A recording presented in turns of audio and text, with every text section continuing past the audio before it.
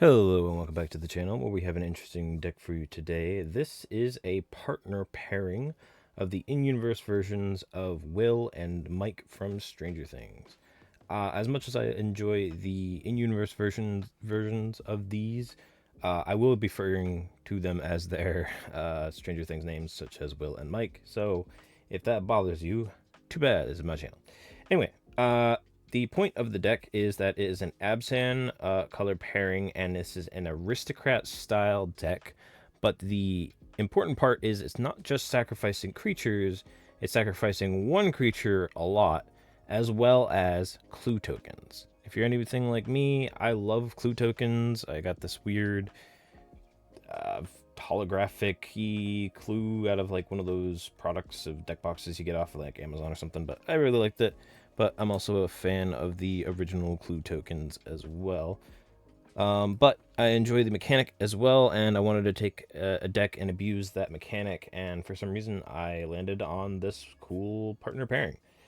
So what do they do? First, we have the character of Will in the series. If you're not familiar, he basically disappears very early on in the show, and his absence is what leads everybody trying to find him, aka clues. So, mechanic-wise, what he does is whenever he enters or leaves the battlefield for any reason, that could be death, exile, whatever, each opponent may investigate. Each opponent who doesn't loses one life, and I investigate X times, where X is the 1 plus the number of opponents who investigated this way.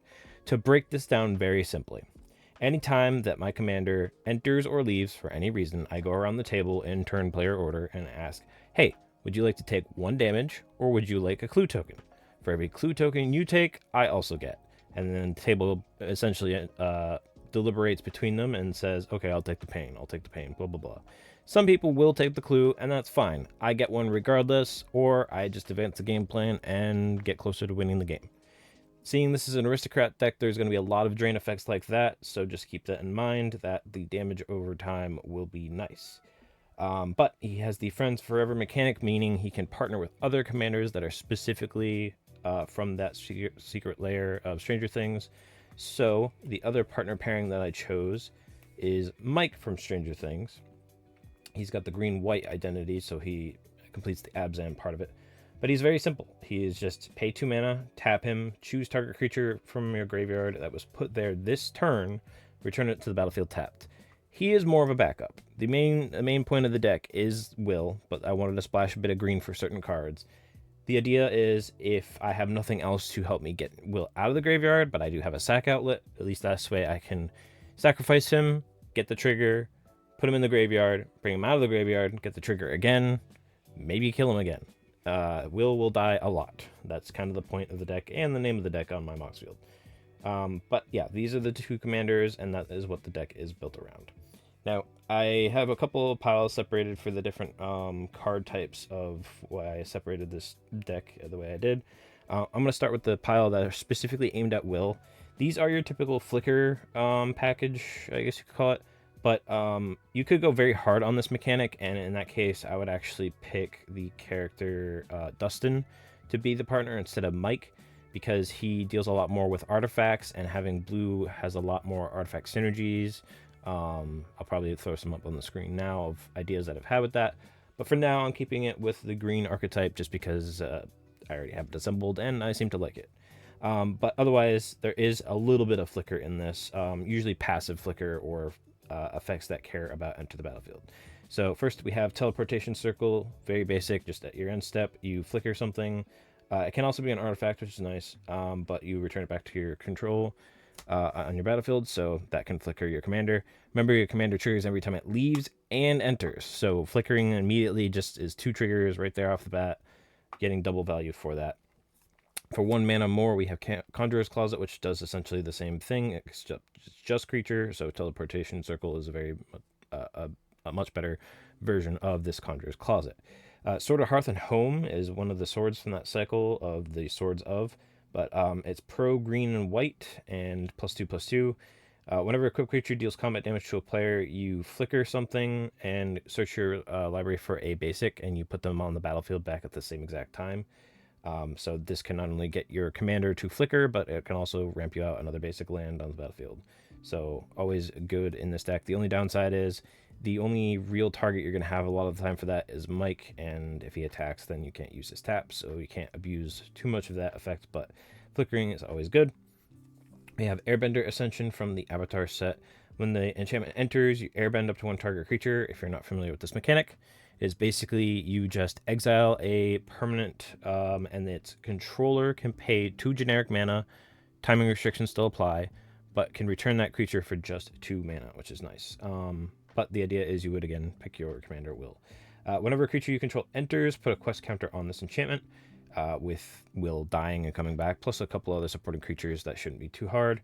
But at the beginning of your end step, if this has 4 or more quest counters on it, exile up to one target creature you control and return it to the battlefield under its owner's control. It turns into a teleportation circle or conjurer's closet when you have 4 or more creatures enter, and considering you're airbending one of them, that's not too hard to achieve.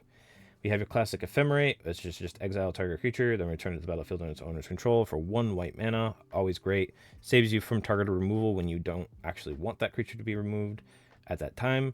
As well as this does have rebounds. So at the beginning of your upkeep, you can cast it again for free. So that's always nice. And then this isn't necessarily a flicker effect, but it is a nice ETB effect of Panharmonicon. Whenever an artifact or creature entering the battlefield causes a triggered ability of that permanent control to trigger, that ability triggers an additional time. You're going to have Clues ETB, and you're going to also have your Commander ETB, so there's going to be plenty of triggers from Panharmonicon to go off on. So that is the cards that are specific to Will. There are probably a couple other creatures in here that those can apply to, but those are the main singers. And then 2 cards for Mike, because again, he's more of the backup commander, but I do have 2 for it. Praetor's Seal, which is a 3 mana mana rock if you need it, or it pay 1 untapped target legendary creature you control. If you have a bunch of mana by the late game, you can use this ability to use Mike's ability more than once in a turn, so you can have your commander die like 3 or 4 times in a turn with it, right? And then Tyvar Jubilant Brawler, he basically gives your commander the ability to tap for his ability with haste. So the turn that you cast him, you can do that. And you can tap +1 him to untap target creature. There is a backup ability of his -2, which is less likely, but does actually apply to Will. Mill 3 cards, then you can turn a creature card with mana value 2 or less from your graveyard to the battlefield. So if in a pinch, he can do either commander in this sense. So he actually is pretty great for this deck. Next, we have just your basic ramp, Soul Ring, obviously.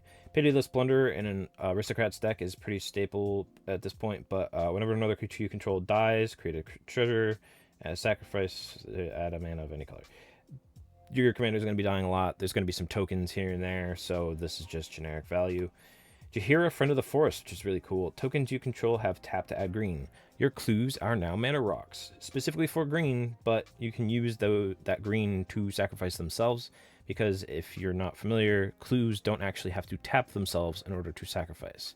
That is why treasures are slightly more balanced, because they have to tap in order to sacrifice, so you can't abuse that aspect of it. But Jahira is really cool in this deck. Arcane Signet, pretty straightforward. Cryptolithrite. Creatures you control have tap to add 1 mana of any color. That's always great on your commander because he doesn't do any attacking ever. He just kind of sits there, and assuming he's not already tapped for whatever reason, Cryptolithrite can just make him a mana dork for any reason that you need, and then when he comes back, if he isn't coming back tapped, next turn you can do it again. Great. Love that. We have your removal, Fracture, pretty straightforward. Generous Gift and Beast Within pretty much do the same thing. They're staples. I put from every deck I got. Same thing with Swords to Plowshares, Anguish Making, Path to Exile. And this is the only board wipe, but it does also target removal in a pinch. You can pay the overload cost to destroy all creatures instead. Basically Damnation, which is nice.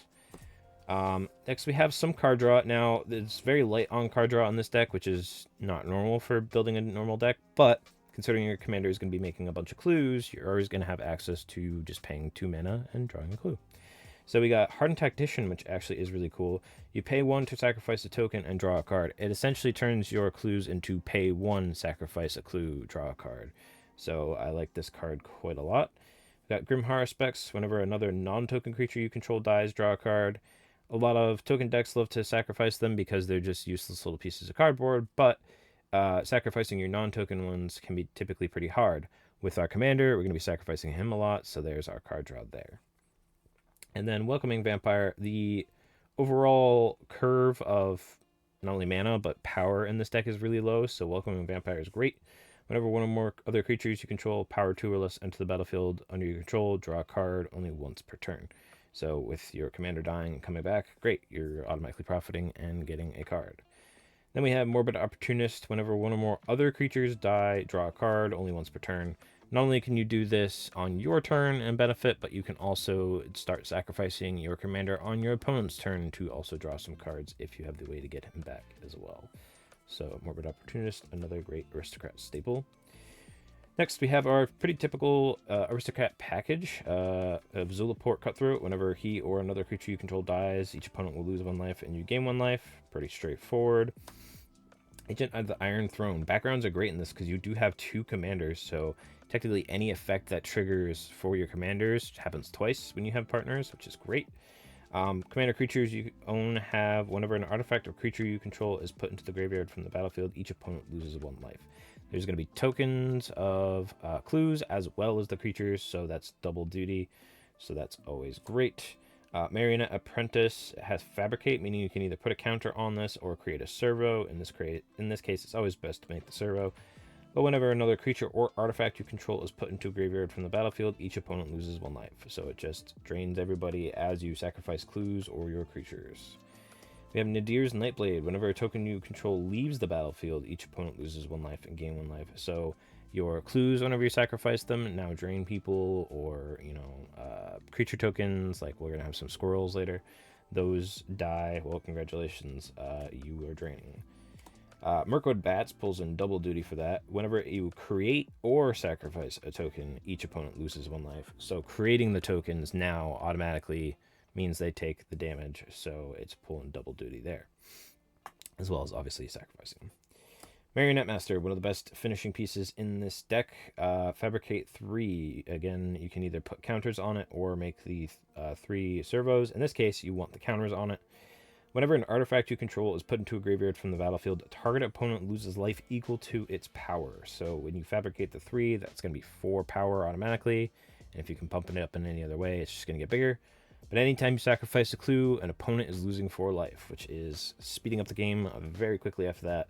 And you can make a bunch of clues off of this deck over time. So very, very good card in that.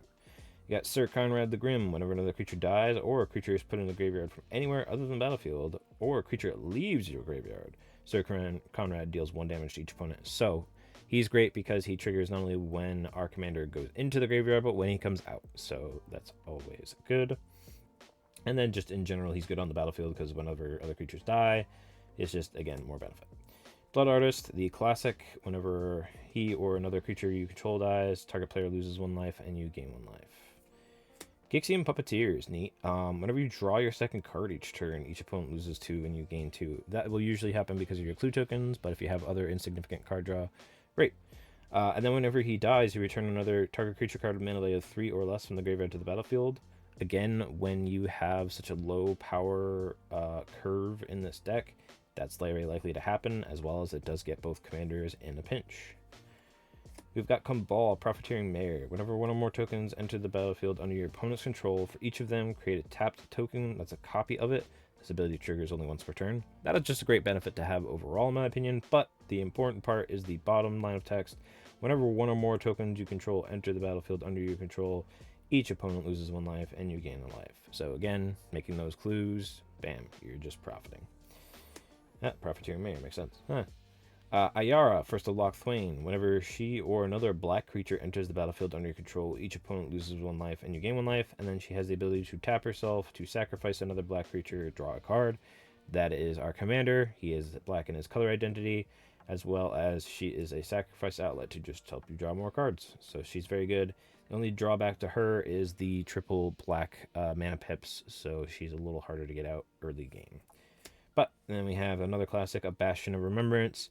When it enters, you create a 1/1 human soldier. That's just going to be sacrifice fodder at this point. But whenever a creature you control dies, each opponent loses 1 and you gain 1. So another drain effect. Elias Ilkor, Sadistic Pilgrim. It's a 2/2 with Death Touch. Whenever another creature you control enters the battlefield under your control, you gain 1 life. And then whenever another creature you control dies, each opponent loses 1 life. So this helps you gain life. This helps you drain your opponents. All in a couple of goes. And then another fantastic card in this deck is a Gary, Merchant of Asphodel. If you didn't already know, this is Gary. When Gary enters the battlefield, each opponent loses X life, where X is your devotion to black. You gain life equal to the life lost this way. Your devotion, meaning you count the number of colored pips up in the top right upon all the permanents on your field, and he will drain them for that much, and you gain that much. So while the main singer of the deck is Will, if you have the option to get out Gary with a bunch of other permanents already on the battlefield, he makes for a fantastic reanimation target with your backup commander. You sacrifice him after the initial ETB and then just do it again. So Gary is fantastic. We got Woestrider. Sorry, this is going to be the sacrifice portion of the deck. Obviously, we need our commander to die, so there's going to be lots of ways to do that. We got Woestrider. When it enters the battlefield, you make a goat. We don't care, because whenever you sacrifice another creature, you draw a scry 1.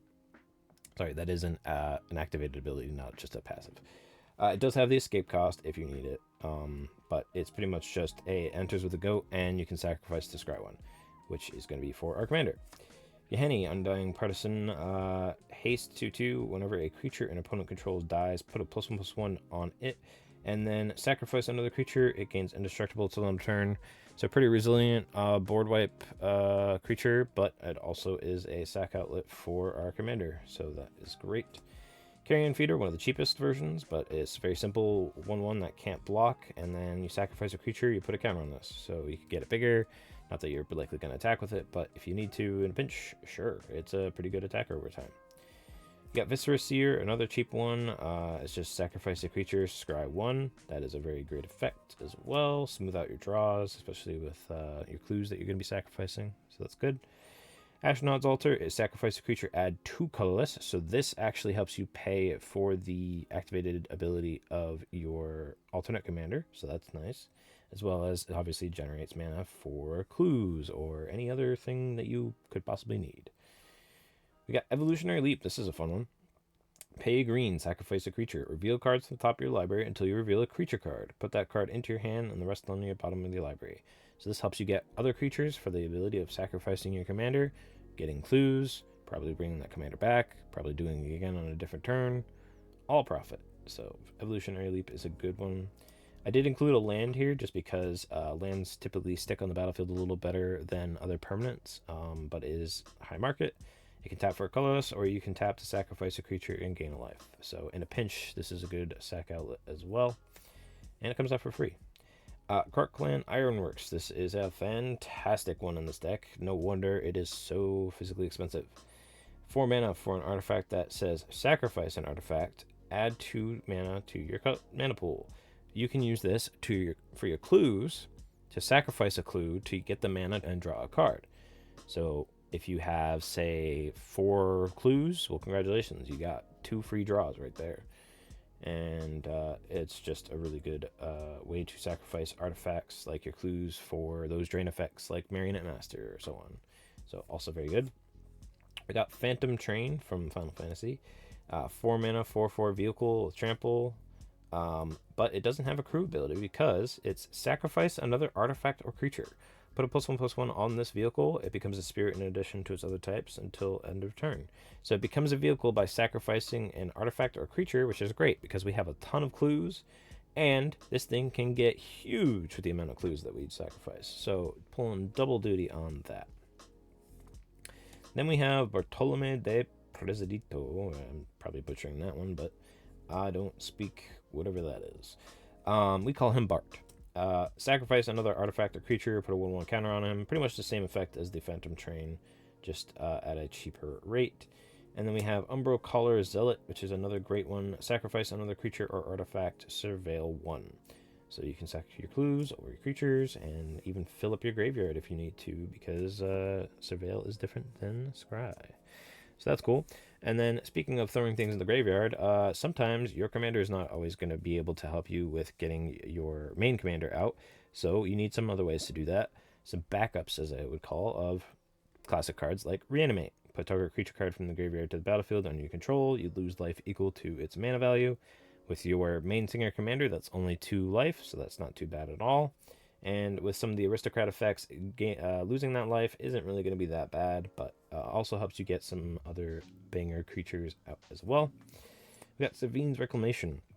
Return target permanent card with mana value 3 or less from your graveyard to the battlefield, and then if you cast this card from a graveyard, you make copies of this spell and choose new targets from for the copy. Has that built-in flashback in order to help you with that effect, but again, that can get out your main commander or the alternate commander, so that's great.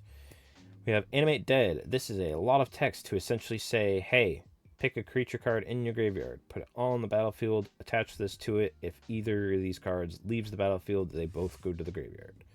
And it gets -1/-0. With our commander, again, we don't really care about its power, so that's fine by me. We got Luminous Broodmoth, which is a 3/4 flying insect. Whenever a creature you control dies without flying, return it to the battlefield under your control with a flying counter on it. So if your commander dies and it doesn't already have a flying counter on it, congratulations, you have an automatic free revive. And then afterwards, you sacrifice it. It did have the flying counter on it. Great. It's in the graveyard like normal, and you just reanimate it like you were planning to anyway. So she it's a Broodmoth. It just does double duty of getting our commander back to the battlefield more and more often. Phyrexian Reclamation for a 1 mana enchantment. Pay 2 life. Return target creature card from your graveyard to your hand.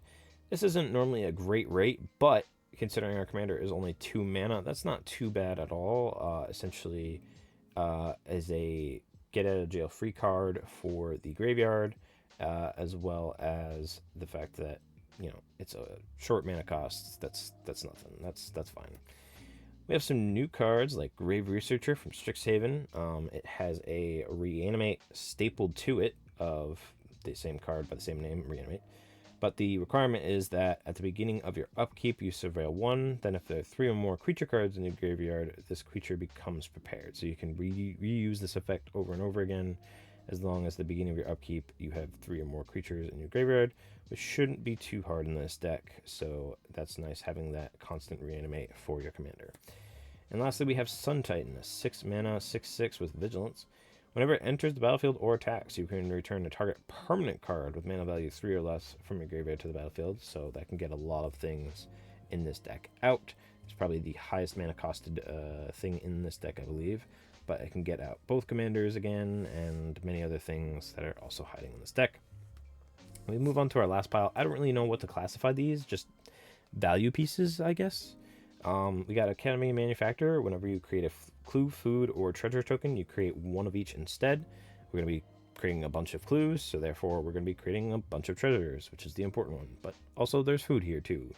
Remember, the more artifacts that we have to sacrifice, the more artifacts like the Marionette Master can drain our opponents, so that's always good.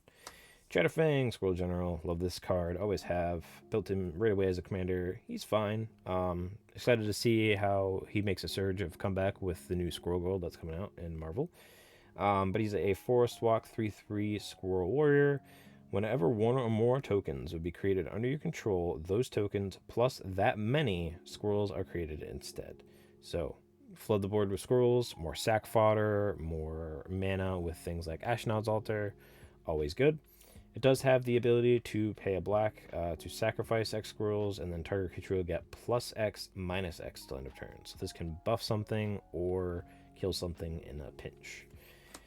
Windborn Muse. This deck doesn't do much of attacking, doesn't do a whole lot of the aggression aspect, and there are definitely going to be times where you're going to get attacked, so this is just a creature that helps mitigate that a little bit.